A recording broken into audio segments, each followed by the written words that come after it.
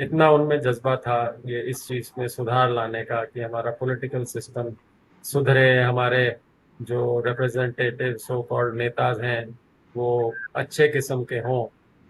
जैसे तो ह्यूमन इसी being as as a this thing तो बहुत ही नेक इंसान थे, मैं यही कह सकता हूँ। और अंग्रेजी में अगर बोलें तो like he was a lion hearted grand old man of ADR.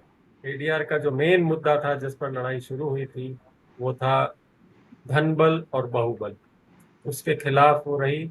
और एक आम आदमी का हक है कि उसको मालूम होना चाहिए कि जिसको हम वोट कर रहे हैं उसकी क्या एंटीसीडेंट्स हैं, उसका बैकग्राउंड क्या है, कितना पढ़ा लिखा है, उसके पास कितना पैसा है। हम लोग बहुत ईमेल्स, लेटर्स, कई कई चीजों के ऊपर इलेक्शन कमीशन को भेजते हैं, बट वो एक ब्लैक होल की तरह है, गड्ढे में जैसे चली गई कोई, उसके बाद चीज का कुछ पता ही नहीं लगता।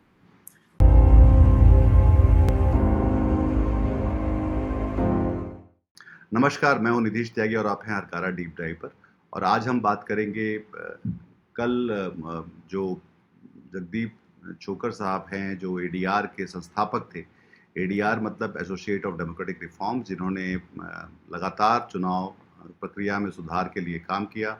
उसके लिए अदालतें गए और उन्होंने लीगल तरीकों से भारत की चुनाव प्रक्रिया में लगातार सुधार किए। जो हाल में जो सबसे बड़ा मसला रहा है एसआईआर का, जिसमें भारत का चुनाव आयोग और भारत की राजनीतिक पार्टियां और भारत के लोग एक तरह से कोर्ट में और बाहर लगातार इस बारे में बातें करते रहे हैं। कुछ विवाद भी हुए हैं और एक लंबी लड़ाई है जहां पर हम ये तय करने की कोशिश कर रहे हैं कि लोग और जन और तंत्र में चीज़ें किस तरह से नेविगेट की जाएंगी।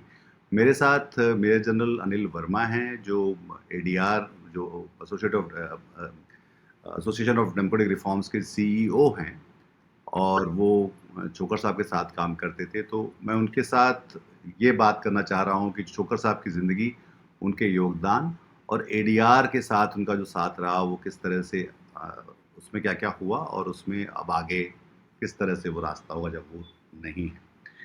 तो शुक्रिया जनरल वर्मा इस बातचीत में शामिल होने के लिए। पर पहले आपका छोकर साहब के साथ किस तरह का राब्ता रहा, किस तरह का एसोसिएशन रहा?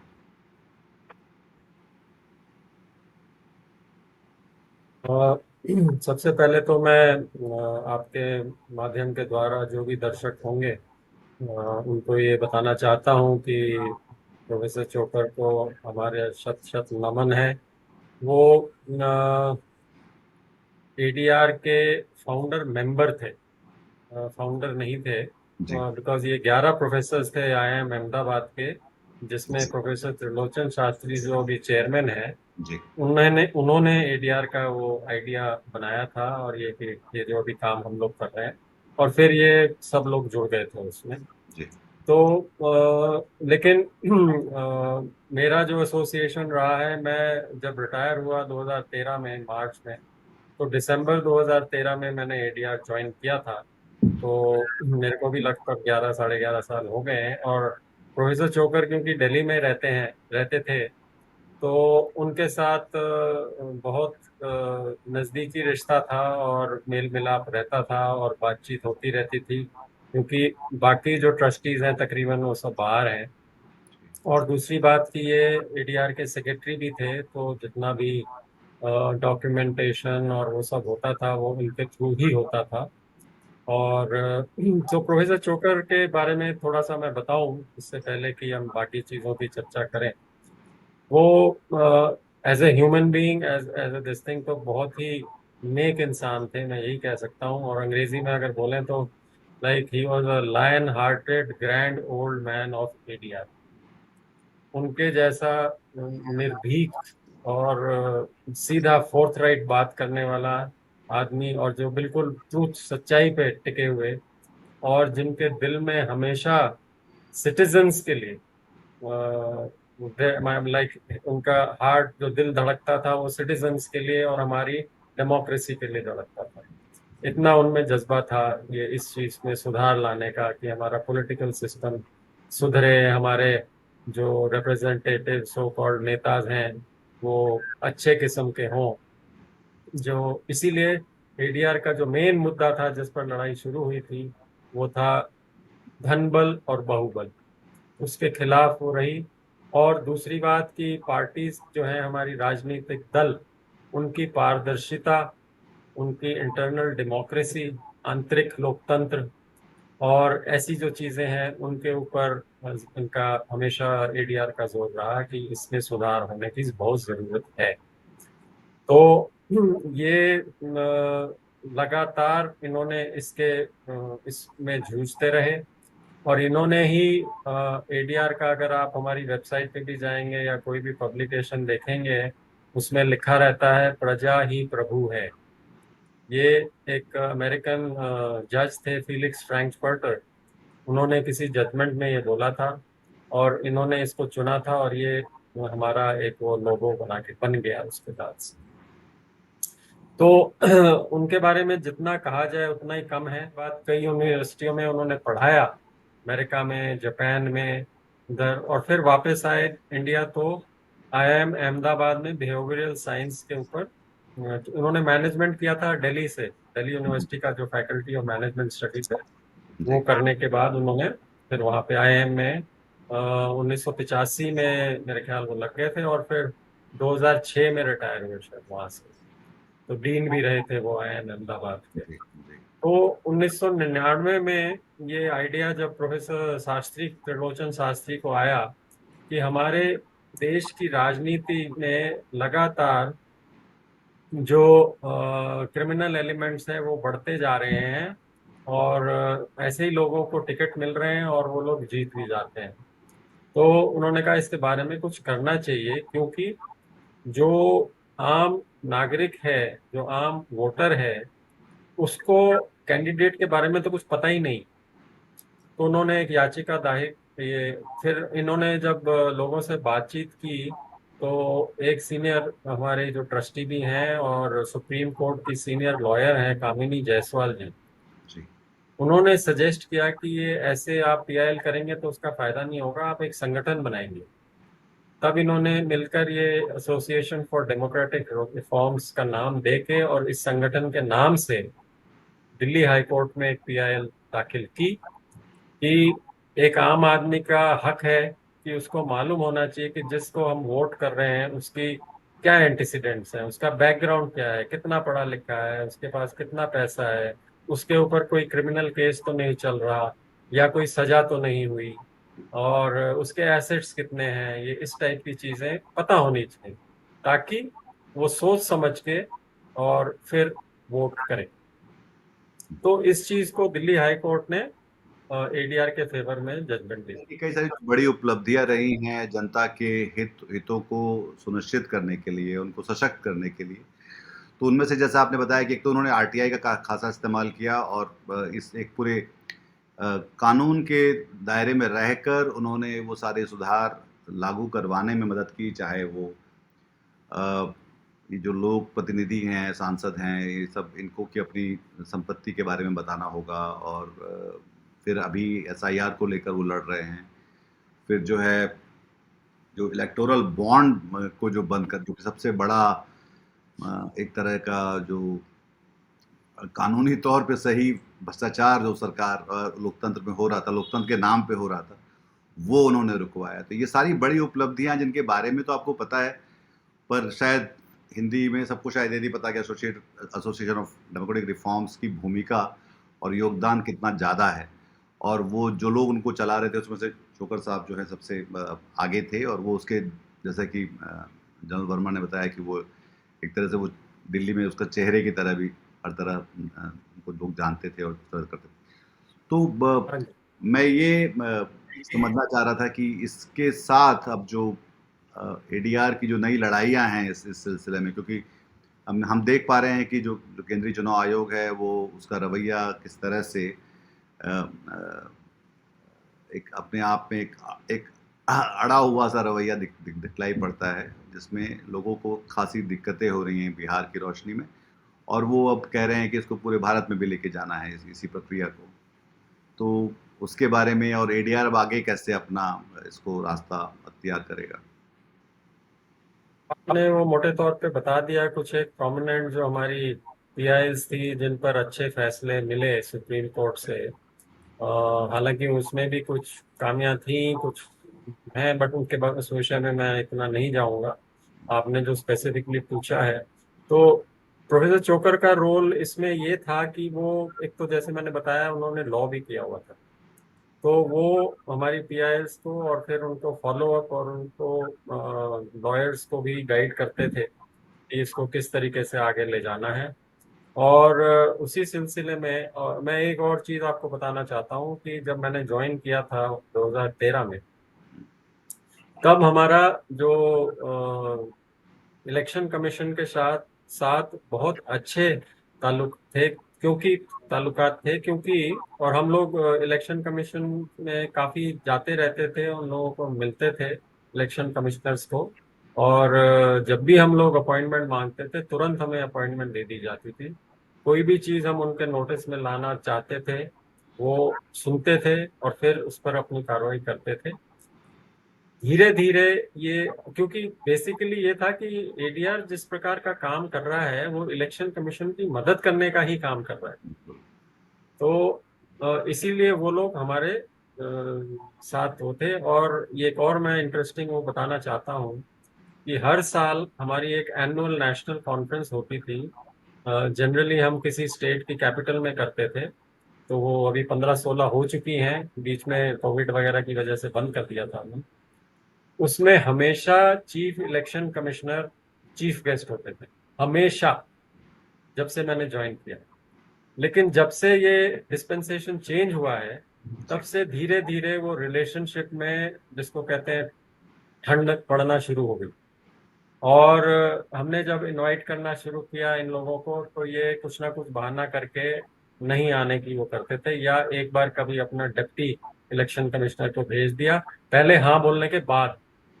तो उसके बाद से ये इस प्रकार का वो शुरू हुआ है, और धीरे धीरे फिर जनता का विश्वास, और वो बेसिकली विश्वास इससे होता है क्योंकि इलेक्शन कमीशन का रवैया बदलने लगा। और जिस प्रकार के लोग सिलेक्ट करके इलेक्शन कमीशन में आने लगे, वो ऐसे लगने लगा कि जनता के हित को कम देख रहे हैं, और पॉलिटिकल पार्टियों भी, वो कुछ खास पॉलिटिकल पार्टियों के ही हित को देख रहे हैं ज्यादा। और जितनी भी खामियां थी जो कि सिविल सोसाइटी एक्टिविस्ट या ऑपोजिशन पार्टी वाले पब्लिक डोमेन में लाते थे, उनके ऊपर कोई सुनवाई नहीं हुई। हम लोग बहुत ईमेल्स, लेटर्स, कई कई चीजों के ऊपर इलेक्शन कमीशन को भेजते हैं, बट वो एक ब्लैक होल की तरह है, गड्ढे में जैसे चली गई कोई, उसके बाद चीज का कुछ पता ही नहीं लगता। तो ये जो रवैया है, आफ्टर ऑल इलेक्शन कमीशन है किस लिए? सिटीजन्स के लिए है। हम लोग वोट करते हैं, हमारे को वो कराने का है। बट अभी जो थोड़ा रवैया हो गया है, वो जैसे प्रोफेसर चोकर ने किसी इंटरव्यू में भी बोला था कि ऐसा हो गया है कि अभी वो, मतलब, डायरेक्ट करना चाहते हैं हर एक चीज को, जो कि उनका रोल नहीं है। उनका काम और सिर्फ यही बात करना कि नहीं हम पॉलिटिकल पार्टीज को मिल रहे हैं, अरे भाई, मेन लोग तो वोटर्स हैं। वोटर्स की बात आप सुनना नहीं चाहते। आप कहते हो हमने पॉलिटिकल पार्टी से बात करी। उनसे भी बात करना जरूरी है, लेकिन that is not the only thing. So ये इलेक्शन कमीशन के बारे में मैं आपको बताया। अब हमारी कई पिटिशंस चल रही हैं, उनमें से एक ये भी है, the process of election commissioners को जो सिलेक्शन का है, और वो जो उसमें हमने इंटरवीन किया था, और सुप्रीम कोर्ट ने अच्छा वो दिया था, लेकिन कुछ ही दिनों के अंदर सरकार ने नया वो जैसे सुप्रीम कोर्ट ने डायरेक्शन दिया था कि एक कानून बनना चाहिए, जो कि बना नहीं था आजादी के बाद से, कि एक प्रोसेस होना चाहिए इलेक्शन कमिश्नर्स को सिलेक्ट करने का। तो उन्होंने कानून तो बना दिया, लेकिन उसमें चीफ जस्टिस को सिलेक्शन कमीशन हटा के एक यूनियन कैबिनेट मिनिस्टर लगा दिया। तो ये अभी पीआईएल खत्म नहीं हुई है, लेकिन इसकी हेयरिंग नहीं करते। अभी सुप्रीम कोर्ट हियरिंग ही नहीं करता है उसके बारे में, तो फिर क्या कर सकते हैं? और आपने देखा है पीछे क्या हुआ था, एक बार अशोक लवासा जी थे, उन्होंने रिजाइन किया था। एक बार एक अरुण गोयल को 24 घंटे के अंदर सैटरडे संडे को छुट्टी वाले दिन अपॉइंट कर दिया गया था। फिर कुछ दिनों बाद उन्होंने रिजाइन कर दिया था। वो किसी को पता नहीं क्यों हुआ, क्या हुआ। तो इस तरह की कार्रवाइयां जो चल रही हैं, उससे लोगों के मन में और सवाल उठते हैं इलेक्शन कमीशन के बारे में। अब इलेक्शन कमीशन अगर इंटरेस्टेड नहीं है अपनी वो सुधारने में, कई लोगों ने सर्वे किए हैं, वो निरंतर लोगों का विश्वास इलेक्शन कमीशन में गिरता जा रहा है। और ये जो बिहार का एसआईआर ऑर्डर किया गया है इतने कम समय में, जो कि पहले इलेक्शन कमीशन का स्टैंड होता था कि इलेक्शन से पहले नहीं करना, जैसे पिछले 2013 में या जब भी किया गया था, उस समय कम से कम 6-8 महीने का समय दिया गया था। और नॉर्थ ईस्ट में 2 स्टेट्स में इलेक्शन होने थे, तो उनका एसआईआर इलेक्शन कमीशन ने पोस्टपोन कर दिया था, क्योंकि उन्हें बोला कि इलेक्शन नजदीक है। बिल्कुल। यहाँ पे सारा उल्टा किया गया है। आप 24 जून को कहते हैं एसआईआर होगा, और अगले दिन से शुरू हो गया। वो लोगों की बोले कि इतने लाख वॉलंटियर हैं, ये हैं, वो कौन है, उनकी ट्रेनिंग कब हुई, क्या करेंगे, कुछ किसी को पता नहीं। और फिर कहते हैं कि सिटीजनशिप का हम डिसाइड करेंगे। अब इलेक्शन कमीशन का रोल थोड़ी है सिटीजनशिप डिसाइड करना, वो तो गवर्नमेंट ऑफ इंडिया का है, होम मिनिस्ट्री का है। तो इस तरीके की नई नई चीजें ये जो हो रही हैं, और बिहार के इलेक्शन से तुरंत पहले ये काम करना, और हम देख रहे हैं और आपके जो व्यूअर्स हैं वो भी यूट्यूब पे देखते होंगे कि क्या क्या कठिनाइयां आ रही हैं लोगों को, वहां पे फ्लड्स चल रहे हैं। बाढ़ लोग के समय वो लोगों के जानना पास चाहूंगा कागज पत्तर आपसे। नहीं है। बिल्कुल। लोगों के पास कागज पत्तर नहीं है। जो मेन 3 चीजें हैं, आधार कार्ड, राशन कार्ड और epic card, voter I card, जो इन्होंने खुद दिया है, उन 3 चीजों को आप मान नहीं रहे। 11 अलग डॉक्यूमेंट्स की लिस्ट बना दी, और सुप्रीम कोर्ट के 2 बार 3 बार कहने के बावजूद फिर भी आधार कार्ड को एक्सेप्ट नहीं करना। अब आप देखिए कि किस तरीके से इलेक्शन कमीशन वो हो रहा है। एनीवे, तो अब इन्होंने, जब लास्ट जो हियरिंग हुई थी उसमें जबरदस्ती, जब हम हमारे जो वकील थे और बाकी भी जो थे जिन्होंने अपील किया है, सबने जोर दबस्ती करके उनको बोला कि ये आप अगर 12th डॉक्यूमेंट आधार कार्ड नहीं लिखोगे, ये फिर नहीं मानेंगे। इसलिए सुप्रीम कोर्ट ने उस ऑर्डर में लिखा कि Aadhaar will be accepted as the 12th document. तो अब अगली हियरिंग मंडे को है, ये जो आने वाला मंडे है। अब उसमें देखते हैं क्या होता है। लेकिन एसआईआर को कोई चुनौती इस प्रकार की नहीं है। एसआईआर करना इलेक्शन कमीशन का काम है, लेकिन उसका जो तरतीब, जो समय उसके लिए चाहिए, वो ठीक तरीके से निर्धारित होना चाहिए ना। ऐसे जब जल्दी जल्दी में काम किया जाएगा तो इसी प्रकार की गड़बड़ होगी। जैसे यूट्यूब पे लोगों ने दिखाया, एक कमरे में बैठ के सारे बीएलओ अपने आप फॉर्म भर रहे हैं और साइन करके और अपलोड कर रहे हैं। मरे हुओं को जिंदा दिखाया जा रहा है, जिंदों को मरा दिखाया जा रहा है।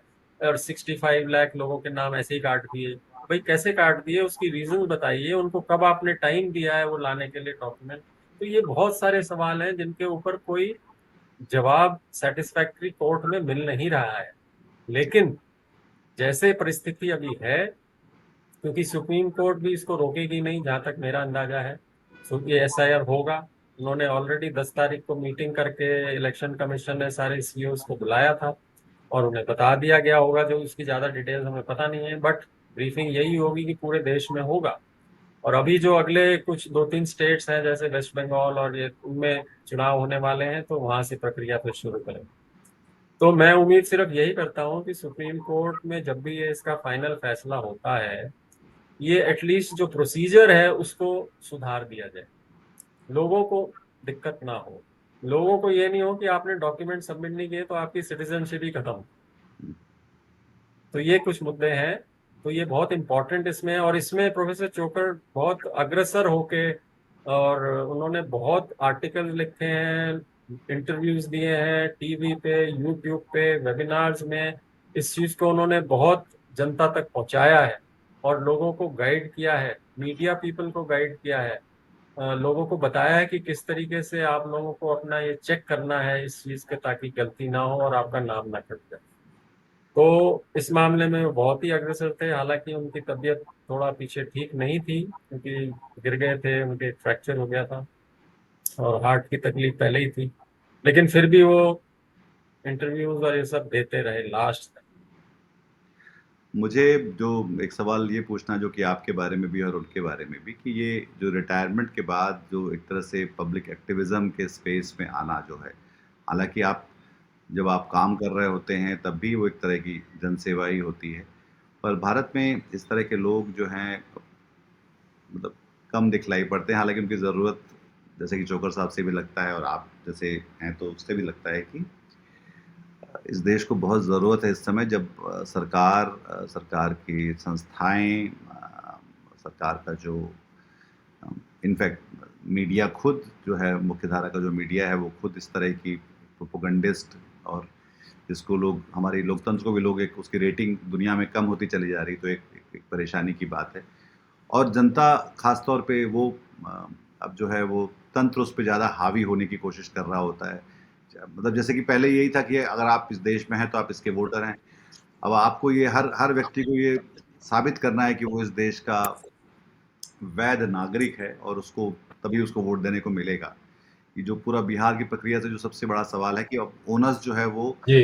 सरकार के ऊपर नहीं है कि आप वो साबित करें कि मैं यहाँ का नागरिक हूँ या नहीं हूँ मेरे ऊपर है कि मुझे ये साबित करना पड़ेगा कि मैं यहाँ का नागरिक हूँ तो ये जो पूरा एक पलट हुआ है इन 11-12 सालों में तो उसमें जो ये जो भूमिका है ये जो स्पिरिट है जनरल वर्मा जिसके बारे में जो शायद जिसके बारे में हमको ज़्यादा बात करनी चाहिए हम हमें आपस में भी और अपने लोगों के बीच में भी कि ये स्पिरिट को कैसे आगे कैसे बढ़ाएं इस रोशनी को कैसे फैलाएंगे कि ताकि और लोग इसमें शामिल हो सकें इसमें इस बारे में बात करने के इसमें भी, हाँ, बिल्कुल जो आप कह रहे हैं, जिनको अपने देश से बहुत प्यार है और जिनको अपने लोकतंत्र को सुदृढ़ बनाने की इच्छा रखते हैं, वो इस काम में लगे हुए हैं। और ज्यादा से ज्यादा जो युवा लोग हैं, हम उनको चाहते हैं कि वो लोग आगे आएं और इसमें जुड़ें, क्योंकि हम तो ठीक है, हम तो निकल गए, अब जितना बचा है वो जैसा कटेगा सो कटेगा।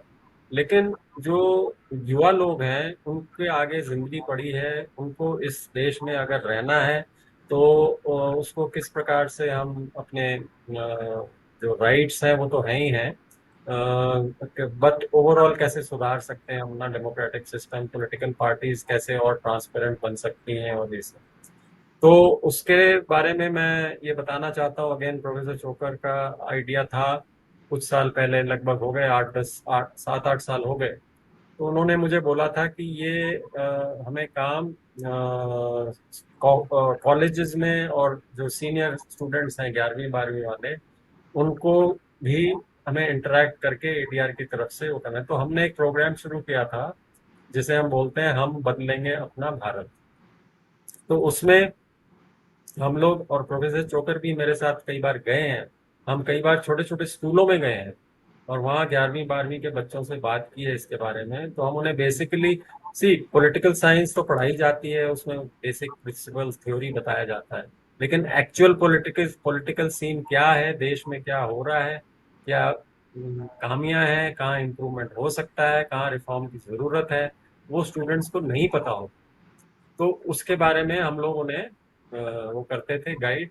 तो ये हमने जो प्रोग्राम है, फिर हमने एक शुरू किया कैंपस एम्बेसडर प्रोग्राम, जिसमें हमने अपने वेबसाइट पे डाला हुआ है, जो भी स्टूडेंट अप्लाई करना चाहते हैं, जो कॉलेज के स्टूडेंट्स हैं, जो सेकेंड ईयर थर्ड ईयर वाले टाइप, सीनियर, तो उनको हम अपना पहले प्रॉपर प्रोसीजर बनाया है हमने। पहले इंटरव्यू करते हैं, फिर रिटर्न कुछ कुछ पूछते हैं, एंड इफ वी फील इसमें जज्बा है, ये कुछ करेगा या करेगी, तब उसको हम अपना एडीआर का कैंपस एम्बेसडर नॉमिनेट करते हैं।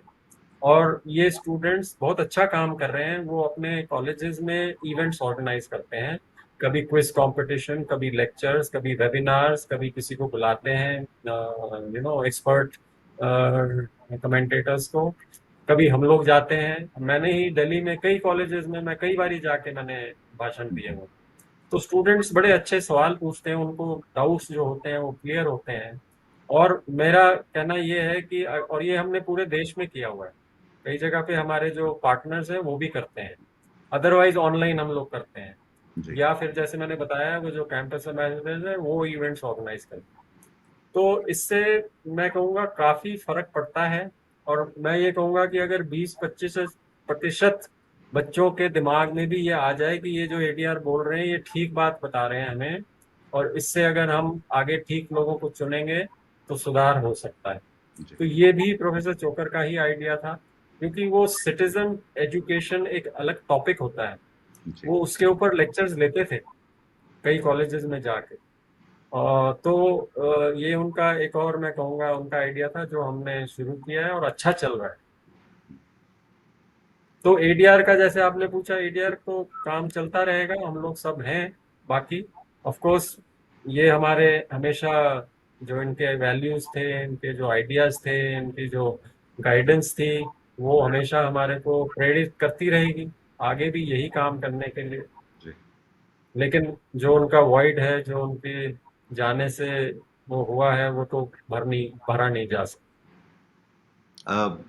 बहुत शुक्रिया जनरल साहब बात करने के लिए इस बारे में, जोकर साहब के बारे में, और जोकर साहब के जरिए एडीआर, इस देश और यहाँ के लोकतंत्र, यहाँ के जो मतदाता के जो अधिकार हैं उसके बारे में बात करने के लिए। और ये जैसा कि उन्होंने बताया कि उसकी वेबसाइट है, अगर आपको दिलचस्पी है इसमें शामिल होने के लिए, जो सारे महत्वपूर्ण काम एडीआर इस देश के लिए, इस देश के लोगों के लिए, यहाँ के मतदाता के लिए, यहाँ के लोकतंत्र के लिए कर रहा है, तो आप उस वेबसाइट पे जाकर आप अपना उसमें पता कर सकते हैं कि आप किस तरह से उसमें शामिल हो। मेरे ख्याल से ज़्यादा लोगों को इसमें शामिल होने की ज़रूरत है, क्योंकि ये दरअसल लोकतंत्र जो है हमारे देश का बहुत तेज़ी से फिसलता हुआ दिखलाई पड़ रहा है, और इसके लिए बहुत सारे प्रामाणिक रिपोर्ट्स हैं जिसके बारे में लोग बातें करते हैं। और इसलिए आप, जो कि अगर आप युवा हैं और आप ख़ास तौर पे आप हिंदी पट्टी के, तो आपको देखना चाहिए कि लोकतंत्र कैसे बचा रहे, क्योंकि अगर वो नहीं बचता है या वो कम होता है तो बहुत सारे लोग हैं इस देश में जो जिनके अधिकार, जिनको जो लाभ मिलने चाहिए वो नहीं मिल पाते हैं। और लोकतंत्र की सबसे बड़ी चीज़ जो खूबसूरती है वो यही लास्ट है। में बस ये कहना चाहूंगा कि हमारी वेबसाइट है जो एडीआर की, वो आपके दर्शक उस पर जाएं। और दूसरी हमारी एक है myNeta.info। जी। उसके ऊपर आपको पॉलिटिकल पार्टीज के जितनी भी डिटेल्स हैं, पॉलिटिशियन जिन्होंने भी 2002 के बाद से इलेक्शन लड़े हैं, उनकी सारी डिटेल्स मिलेंगी अप टू डेट। उनके और ये पास। ऐप भी है एक। जी। हाँ जी। जी, एक माई नेता ऐप भी है। और जी। हमारी वेबसाइट है myNeta.info। उसके ऊपर सब सब कंप्लीट डिटेल्स मिल जाती हैं। जी, कि उन्होंने वो उनका चुनाव का रिकॉर्ड क्या रहा है, उनकी संपत्तियां पूरा कितनी हैं, कंप्लीट उनके डिटेल्स। हाँ खिलाफ जी, आपराधिक रिकॉर्ड क्या रहे हैं, सब कुछ। हाँ जो जी, सब कुछ उसको जरूरी मिल। है इस देश के मतदाता को जानने के लिए, और जो कुछ उपलब्ध है उस सबको हाँ जी, सामने एडीआर लेकर आता है। तो एडीआर दरअसल सारा काम जो है सरकार को करना चाहिए था, पर वो एडीआर करता है, तो जो कि क्योंकि सरकार शायद अपना काम ठीक से नहीं कर रही। फिर से बहुत शुक्रिया जनरल वर्मा, मैं आपसे संपर्क में थैंक यू। रहूंगा, और धन्यवाद आपको इस समय देने के लिए। धन्यवाद, थैंक यू। आज की ताजा खबर, आज की ताजा खबर, आज की ताजा खबर। आओ काका जी इधर, आओ मामा जी इधर, सुनो दुनिया की खबर।